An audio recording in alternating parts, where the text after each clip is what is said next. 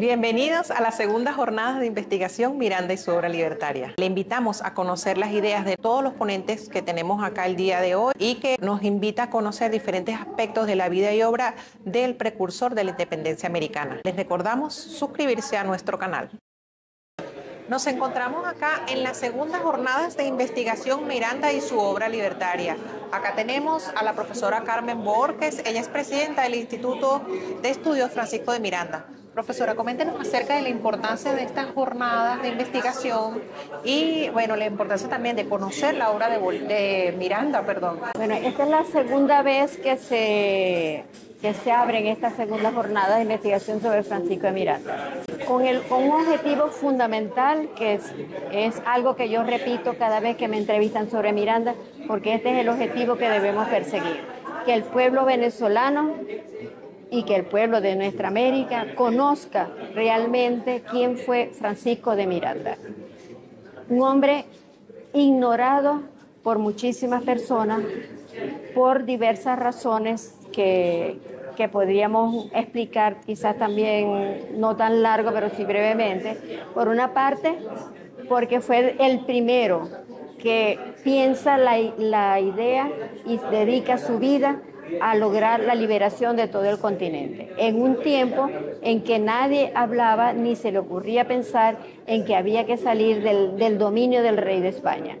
Miranda sí tiene conciencia muy tempranamente de que América es un pueblo diferente de España, que los nacidos en América son americanos, que no depende del color de la piel ni de su posición económica, sino que solo el hecho de nacer en suelo americano te da los derechos a dirigir este país y que los españoles que venían de la península realmente eran extranjeros en esta tierra. Entonces, esa es una idea muy revolucionaria, fue muy combativo. Inmediatamente, tanto el rey de España como la Inquisición empezaron a perseguir a Miranda y lo fijaron como un objetivo que debía ser eliminado. Y como tanto el poder del rey como el poder de la Inquisición era muy fuerte, eso obró para que los habitantes de este país no siguieran ese camino que Miranda estaba señalando. Entonces, su aparición muy temprana en la historia un poco lo dejó marginado. Luego lo ponen en prisión y lo envían a la Carraca y se olvidaron de él. Pero al aparecer sus archivos, 114 años después de que lo aprisionan en La Guaira, esos archivos nos han abierto, pero un mundo completamente diferente que se ignoraba, no solamente en Venezuela, sino en el mundo entero. Archivo que contiene información no solamente personal de Miranda, no solamente de su pensamiento político, cultural, histórico, etcétera, etcétera, sino que también contiene mucha información sobre diferentes países del mundo, por los cuales Miranda recorrió, y por eso la UNESCO lo declaró Memoria del Mundo. Pero entonces, resulta que con toda esa información todavía no se conoce a Miranda. Entonces se crea este Instituto de Estudio Mirandino, gracias al impulso de la Gobernación del Estado de Miranda también, que quiere hacer que los nacidos en el Estado de Miranda se identifiquen con su gentilicio, que fortalezcan su identidad mirandina. Y de ahí nació la idea, junto con el Centro de Estudios Simón Bolívar y el Centro Nacional de Historia y todo, de que entonces que debía Miranda incorporarse a esta batalla histórica y cultural que se está dando por la memoria propia del pueblo venezolano. Y por eso sale el Instituto de Estudios Francisco de Miranda. Esta es la segunda jornada. Se abrió un diplomado que está funcionando muy bien y que seguirá repitiéndose diferentes cohortes en el futuro, y sobre todo estamos también tratando de que la gente aprenda a usar ese archivo de Miranda que ya está digitalizado. Entonces, Miranda ha sido ocultado primero por haber pensado antes que nadie en la independencia, no solamente de Venezuela, sino de toda nuestra América, por haberse lanzado casi que en solitario contra esa lucha contra el Imperio Español, y luego porque también su participación en las primeras batallas que se dan por la independencia luego de la promulgación de la Constitución de 1811, cuando invade Monteverde, hizo que una animadversión que se iba ido creando hacia él, porque no era noble, no podía, no pertenecía a esas clases adineradas, etcétera. Entonces esa misma versión hiciera que sus órdenes en el campo no se ejecutaran, que le ponía muchísimos obstáculos para su dirección, la dirección suprema que tenía del ejército en el momento, y por ahí todo se conjugó para que lo entregaran al rey, y el rey inmediatamente se lo llevó a las cárceles españolas, porque Miranda tenía 4 órdenes de arresto desde 1771, 72, 73, por allí. La historia de entonces obró en contra de Miranda, pero la historia de hoy tiene que liberarlo, porque Venezuela ya también salió de esa prisión en la que tenían las élites que mandaban en este país, y el Fondo Monetario y todo el imperio norteamericano, y está construyendo su propio camino.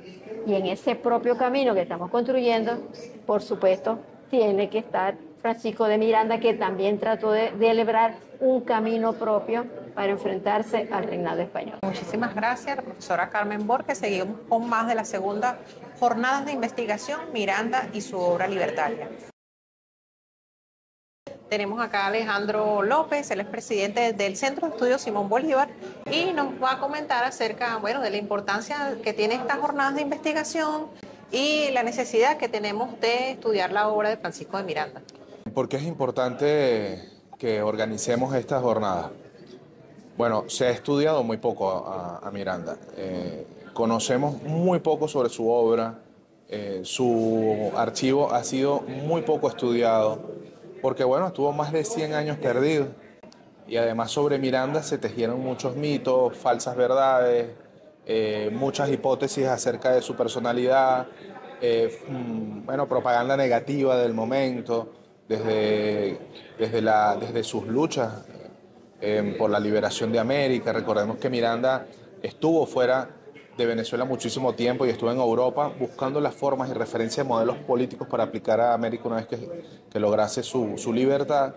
Y estas jornadas se enfocan, el Instituto de Estudios Francisco de Miranda se enfoca concretamente en armar equipos de trabajo alrededor de Miranda, de sus archivos, de la historiografía que existe, generar nuevas líneas de investigación, abordar temas inéditos, por ejemplo, Miranda y el pensamiento económico, Miranda y la geología, las relaciones diplomáticas vistas desde la perspectiva de Miranda. Hay muchos aspectos, muchas dimensiones que merece la pena que podamos nosotros organizar investigadores, investigadoras, historiadores o no, en torno a estas orientaciones, y sobre todo que tengan la oportunidad de presentar los avances de la investigación, de sus reflexiones y sus estudios en estas jornadas que se instalan hoy, 21 de marzo, y están acá en el Archivo General de la Nación hasta mañana, el día 22. Bueno, muchas gracias al historiador Alejandro López. Continuamos con más de estas jornadas. Nos encontramos acá en las segundas jornadas de investigación Francisco de Miranda y su obra libertaria, y tenemos por aquí a la profesora Elvira Ponte. Ella es ponente en la jornada del día de hoy y nos trae el tema El primer penitenciarista de América, Francisco de Miranda. Coméntenos un poco acerca de esta exposición, por qué abordamos esta faceta de Francisco de Miranda. Bueno, fíjate que Francisco de Miranda podemos verlo desde varias proyecciones, y una de las proyecciones muy importantes, porque además yo soy penitenciarista, es el estudio de que hizo Francisco de Miranda durante el tiempo que estuvo en Europa de la situación de las prisiones para esa época, a partir de 1773, 1700, y una reforma importantísima en Dinamarca en el año de 1788 que permanece aún y ha perdurado en el tiempo. Es la reforma del tratamiento dentro de las prisiones, directamente realizada por el rey de Dinamarca en su época, por instrucciones y porque guiado de la mano del prócer, de nuestro prócer Francisco de Miranda. Porque es necesario conocer a Francisco de Miranda en esta y otras facetas en estas jornadas de investigación. Porque fíjate que el ideario y en el colectivo educacional de otras generaciones se ocultó la figura de Francisco de Miranda como tal. O sea, el Francisco de Miranda que nosotros conocemos aquí en Venezuela es el Francisco de Miranda que participó en la firma del Acta de la Independencia y luego en la entrega de la Primera República en 1812 en Puerto Cabello, y luego el retrato de Francisco de Miranda en La Carraca, en 3 espacios. Y la vida de Francisco de Miranda no son 3 espacios, es mucho más profunda. Cuando viene a América trae una carga de conocimiento que traía con esperanza de implantar aquí para recuperar el territorio. O sea, sus ideales son totalmente libertarios desde que nació hasta que falleció. Invitemos entonces a participar en estas jornadas. Sí, no, bueno, están todos cordialmente invitados para las segundas jornadas de investigación sobre vida y obra de Francisco de Miranda. Van a saber, van a conocer profundamente, no solamente al precursor de la independencia, sino a Francisco de Miranda, el hombre libertario de América, el hombre que fundó muchos pensamientos de unión, de libertad, desde el río Mississippi hasta la Patagonia. Agradecemos a la profesora Ponte y seguimos con más de estas jornadas.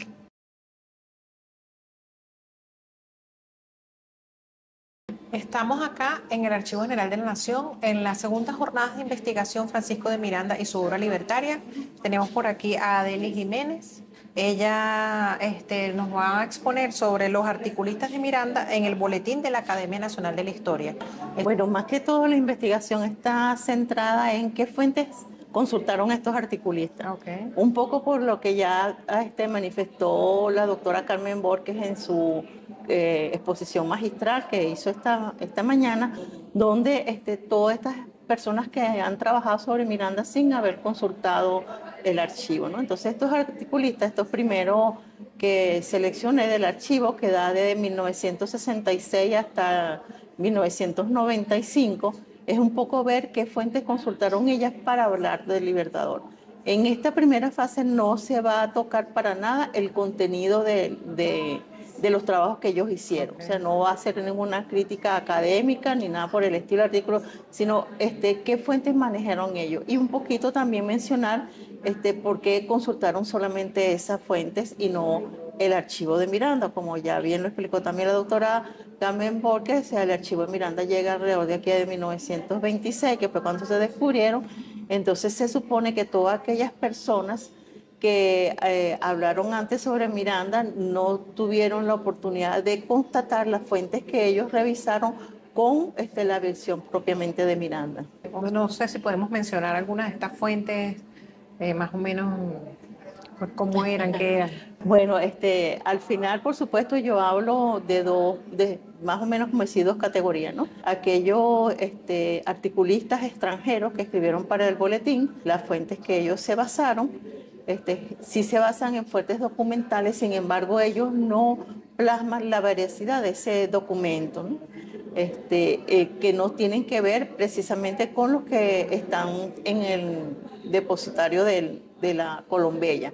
Y los venezolanos, ¿qué fuentes consultaron o qué fuentes manejaron más sin tocar tampoco el archivo de Miranda, a excepción de 2 personas que ya diremos por qué esas 2 personas sí tuvieron la posibilidad de consultar el archivo de Miranda. Agradecemos a la investigadora Adely Jiménez y continuamos con esta segunda jornada de investigación Francisco de Miranda y su obra libertaria. Tenemos por aquí al profesor Ali López Borges.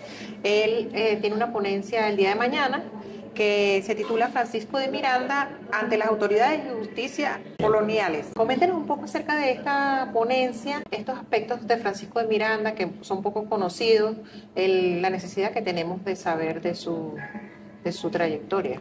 Bueno, la idea de presentar esta ponencia es porque estudiando un poco lo que ha sido la historiografía de Francisco de Miranda, por lo general se ha tratado el problema estrictamente desde el punto de vista político, ideológico, militar, y no desde el punto de vista judicial. Me llama la atención pues que la mayoría de los trabajos, incluyendo las ponencias de la primera jornada y las de ahora también, no tratan el tema de lo judicial. Y aunque es un juicio lo que se le sigue a Francisco de Miranda, se produce un interrogatorio, careos, confiscaciones de los bienes que se traían en las naves que son apresadas. Se hace una representación de un fiscal interino que se llama por orden del gobernador Manuel Guevara de Vasconcelos, para culminar en una sentencia donde de los 57 participantes de la expedición, 10 sometidos a muerte a horca, descuartizados sus cuerpos y repartidos en distintos lugares de la provincia de Venezuela. Pero además el resto de los compañeros fueron enviados a distintas prisiones, tanto de la Nueva Granada, del territorio venezolano, incluso de Puerto Rico. Algunos niños que participaron fueron enviados a unos centros de reclusión, vamos a llamarlo que hoy centros de menores, ¿verdad? Para esperar una decisión de la monarquía al respecto. El problema que yo veo es que existe todo un expediente formado con esas declaraciones, esa representación fiscal, y hay una sentencia. La sentencia es lo que más se ha considerado y es lo que se ha utilizado para explicar lo que aconteció en 1806, fundamentalmente en las costas de Ocumare. No así en lo de la vela de coro, porque en la vela de coro no ocurre ningún apresamiento. Miranda entra y sale y se va y regresa, pues, y él no es detenido. De manera que el juicio contra el precursor de la independencia americana es un juicio, lo que hoy se llama, en ausencia. La cuestión es que se habla de un juicio, pero quienes lo han estudiado no conocen lo que representa el derecho procesal de la época. Es decir, es un juicio sumario, muy breve, muy inmediato. Todo lo que se hace es para resolver inmediatamente el problema por la preocupación que tiene el significado de esta expedición mirandina. El gobernador Manuel Guevara Vasconcelos era para ese momento el presidente de la Real Audiencia, y ahí es donde yo pongo énfasis. Este presidente o gobernador actúa en un juzgado de carácter militar que él nombra que lo nombra provisionalmente para ejecutar las medidas contra los expedicionarios que acompañan a Miranda, sobre todo los extranjeros, los norteamericanos. Son los que van a ir al cadalso, son los que van a sufrir del verdugo Agustín Blanco, que es el encargado de ahorcarlo.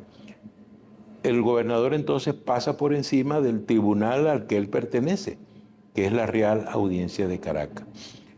Su auditor de guerra, Juan Jurado de Laínez, nombra un fiscal interino, supuestamente oidor honorario de la audiencia, que no lo era en ninguno de los dos casos, Francisco Espejo, quien es el que levanta y hace el texto más importante de ese expediente, que es la representación del fiscal interino Francisco Espejo.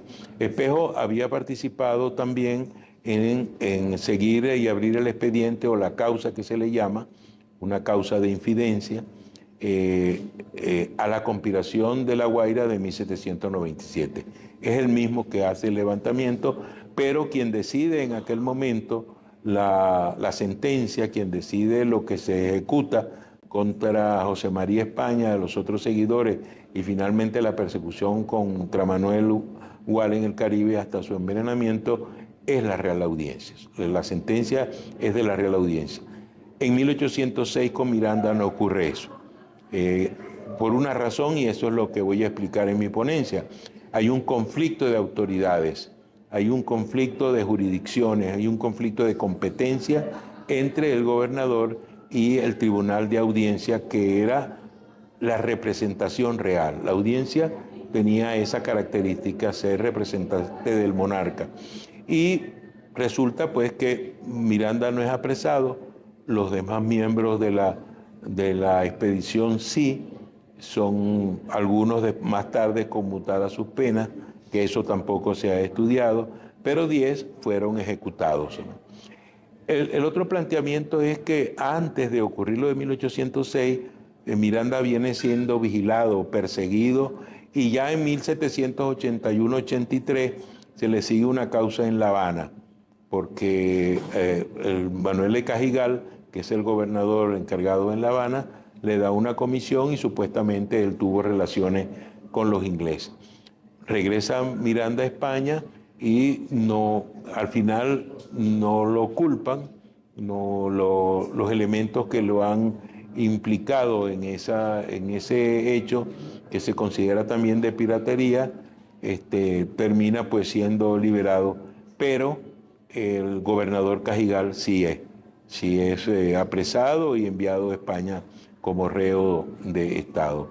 Y el último momento en el que pudiéramos establecer una vinculación de Miranda con las autoridades coloniales y con una administración de justicia es en 1812, cuando los patriotas pues entregan a Miranda al comisionado de La Guaira, Juan de Casas, que en nombre de Monteverde lo apresa y Bolívar reclama la violación de la capitulación firmada con Monteverde en ese año de 1812.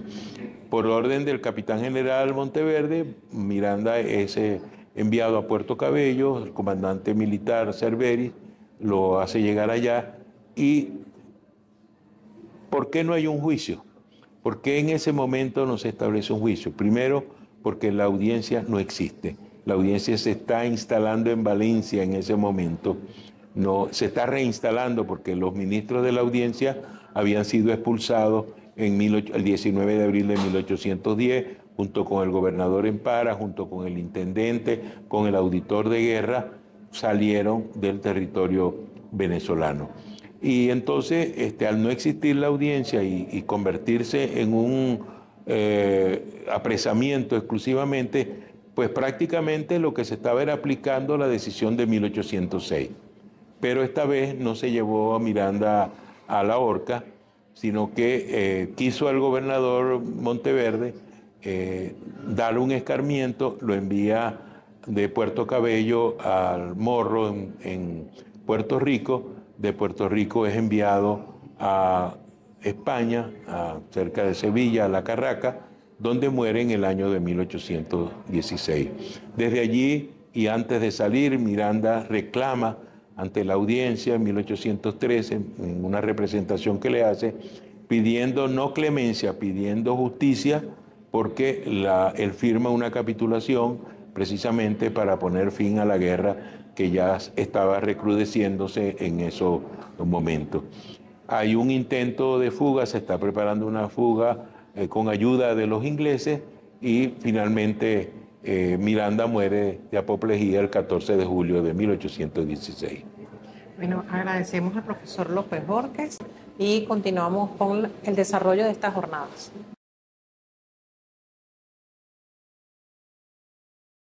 Nos encontramos en las segundas jornadas de investigación Miranda y su obra libertaria. En esta oportunidad tenemos al señor Manuel Andrés da Silva. Él tiene una ponencia que se titula Miranda de la Carraca para la calle. Coméntenos acerca de qué trata Bueno, esta es una ponencia que tiene un nombre estratégico. Resulta que la historia de Miranda llega hasta donde está la Carraca. Eso es de acuerdo a lo que nos enseñaron en mi niñez los historiadores de la Academia de la Historia, que estaban a merced del Imperio norteamericano. Yo soy participante también del diplomado Francisco de Miranda y voy con esa tesis también. Se trata de dar a conocer los conocimientos, el ideario mirandino después de la Carraca, sacarlo para la calle. A través vamos a coordinar sociedades, pero a nivel de muchachos, porque vamos a buscar a los muchachos, sociedades mirandinas.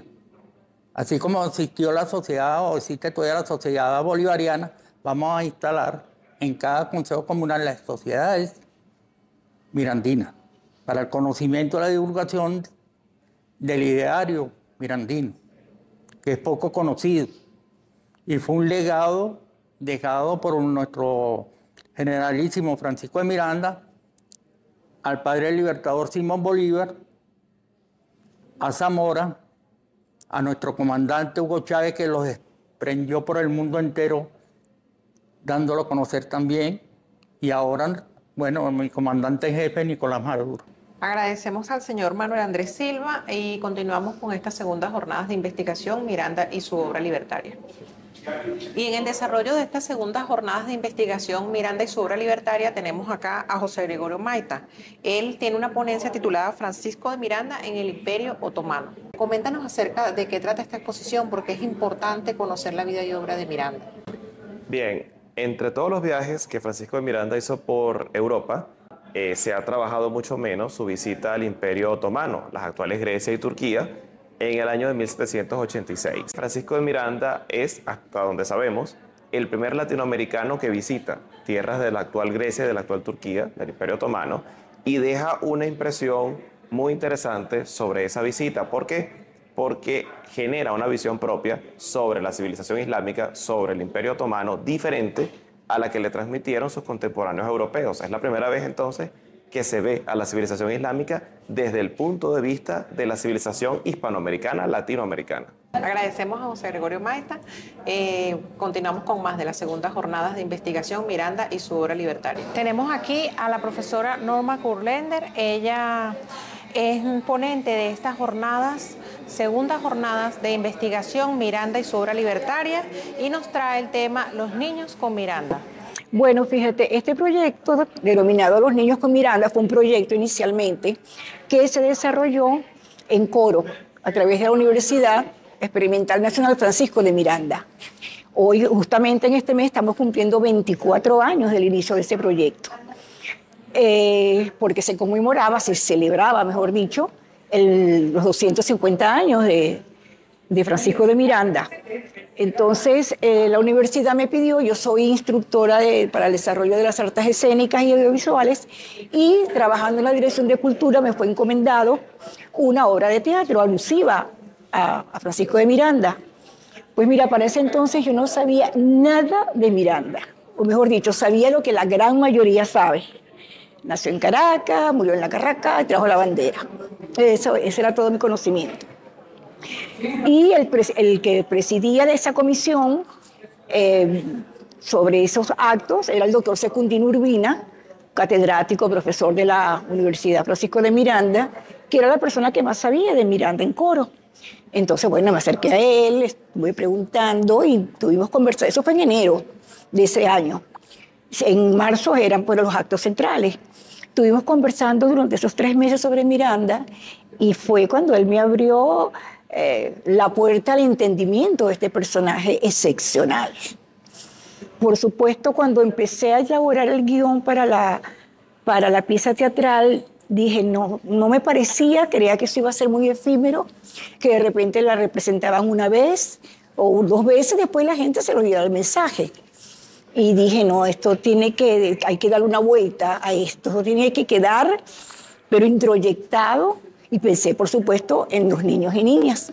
Se llama Los niños con Miranda porque en esa época todavía no había la distinción de géneros. Se generalizaba, ¿te acuerdas? No existían los y las, quiero decir. Entonces diseñamos una metodología recreativa, cultural, histórica, sobre el conocimiento de Miranda, pero acercamos a los niños.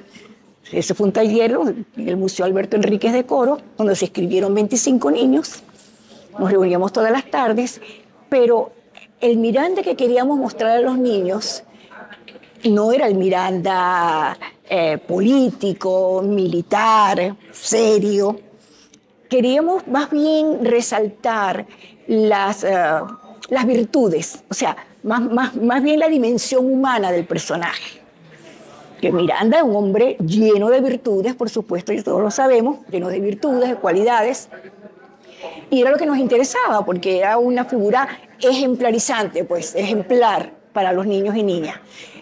La verdad que nos impactaron los resultados, porque los niños se interesaron de una manera que no solamente duró 3 meses, duró 8 meses el taller. Entonces, ¿qué hacíamos allí? La primera fase, que la denominamos literaria, a través de charlas, información que ellos traían, que investigaban, hacíamos una representación de los personajes. Luego pasamos a la etapa de la pintura, donde cada uno escoge un tema sobre Miranda y lo desarrolló en su dibujo. Contamos con la ayuda de artistas plásticos, que los mismos niños pues, pintaron directo sobre los lienzos, los enmarcaron sus cuadros, y eso se exhibió ya el 28 de marzo en el Consejo Legislativo del Estado Falcón. Y terminamos con una pieza teatral, lo que nos habíamos planteado. Pero lo que nos impactó fue lo que le ocasionó, o sea, lo que ocasionó en estos niños participantes. Y desde ahí fue ese respeto, esa admiración, ese amor hacia nuestro general Miranda. Nos dimos cuenta que que esa era la línea a continuar, y a los 5 años más o menos pensábamos que eso se tenía que masificar, e hicimos una película que se llama Nuestro Miranda, dirigida por un director belga, enamorado también de la figura de Miranda.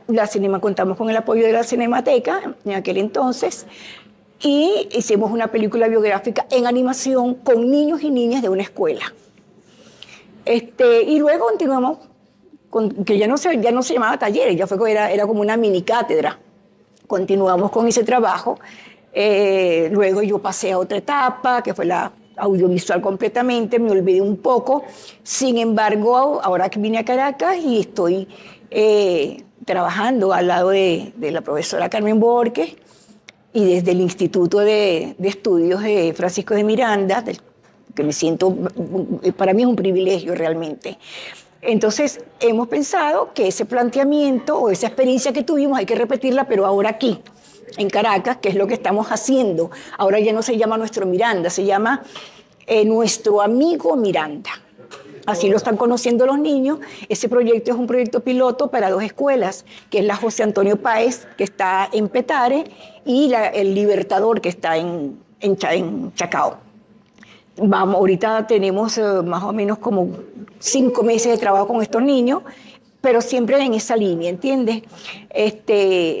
Sensibilizándolos acerca del personaje. Ellos escriben cosas maravillosas. Y bueno, más adelante vendrá la parte, como decimos, más seria, pues. Una cosa es que el personaje los cautive. Entonces, esta ponencia se llama Miranda, un héroe en la mirada de los niños, porque ya esos antihéroes que ya todos conocemos, y además con esta tecnología que va tan avanzada, ya sabemos el riesgo y el peligro que corren nuestros niños y niñas. Entonces, pienso que otra cosa, perdón, olvidaba decir, que estos conocimientos no están en los textos escolares. Lamentablemente es una falla grandísima de nuestro Ministerio de Educación, una estructura muy poderosa, y es insólito que a esta altura todavía en el pedagógico, donde se forman docentes, todavía el docente repita el significado de los colores de la bandera. Eso es insólito, eso no se puede creer. Entonces, ese es un poco el trabajo. Y en un principio ya ir formando al docente para que sea el docente que se encargue de eso, ¿entiendes? Bueno, de eso se trata el trabajo. Bueno, agradecemos a la profesora Norma Kurlander. Nos despedimos acá en las segundas jornadas de investigación Miranda y su obra libertaria. Le invitamos a suscribirse a nuestro canal y seguirnos en nuestras redes sociales.